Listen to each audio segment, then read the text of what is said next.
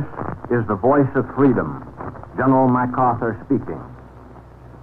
People of the Philippines, I have returned. General MacArthur was a master of information operations. He understood the advantage of projecting a certain image of leadership, and he also understood the power of film and photography. As a former public affairs officer, he also understood the value of the press and its ability to shape public opinion. People often ask, did MacArthur stage the famous 1944 photograph of his return to the Philippines? Or they ask, did he do it over and over again in search of the perfect photo op? Join us in the MacArthur Archives as we examine the evidence. Welcome everybody. Today we're going to talk about the Leyte landing. One of the greatest questions that we always get is, did MacArthur fake this landing? Did he do it a number of times just to get the right picture? And the answer is basically no.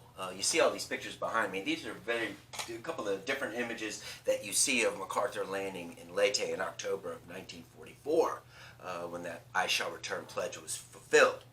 But basically the confusion comes because he landed on 3 different beaches on 3 different days, and on the 4th day he went in to put the Philippine government back into reinstatement.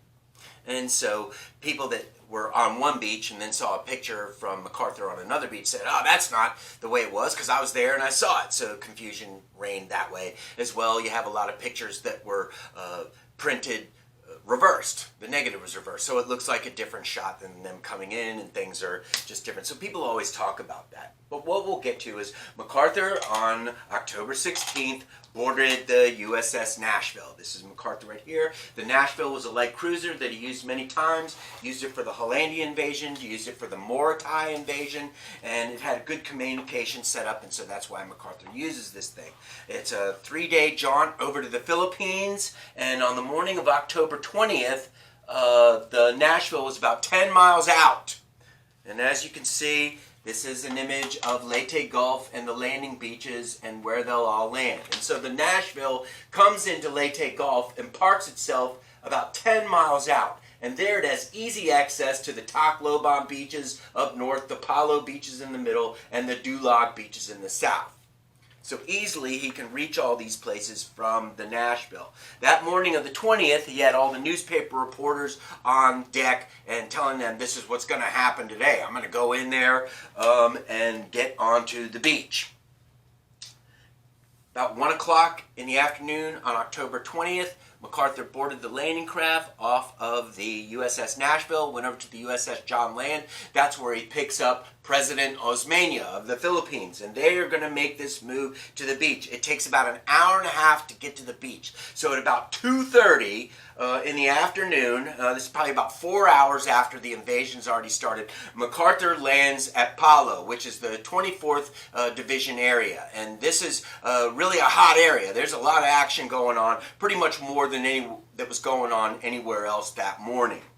And so MacArthur comes in, and the LCVP gets stuck on a sandbar about 50 yards out, and the beachmaster said, hey, we got to clear a place for MacArthur to come in, and the beachmaster, who's totally up to his ears in work, is like, hey, let him walk. And so the front drops of the LCVP, and out they come. There's Francisco Salvarone, MacArthur's aide. There's Lieutenant General Sutherland, MacArthur's chief of staff, and there's MacArthur coming out. This is when it first opens up. Here's them again, striding in. Now this is the part that confuses people, because this is the reversed photo. If you look at it, all their buttons are on the wrong side, but people always look at this one and say, hey, this one looks different than that other one. Everybody's reversed. They're faking it. No, it's just that the negative got reversed. Here's the very famous picture of it right here. This is the one Gaetano Fayache took. Fayache was MacArthur's main photographer during World War II, the latter part, and he's also the one that took the very famous picture of MacArthur with Emperor Hirohito. They come in right at about 2:30. Now, over the years, 60 years MacArthur Memorial's been here. These guys that are on these other LCVPs, we've been in contact with all of them. They're all dead now, but they were all there, saw it, said it only happened one time. They went in, that was it. There was no other kind of, oh, we messed that one up, let's go back, get the photographers as well. There's 10,000 on the beach at that point, and they would all say, oh, we saw him come in 4 or 5 times.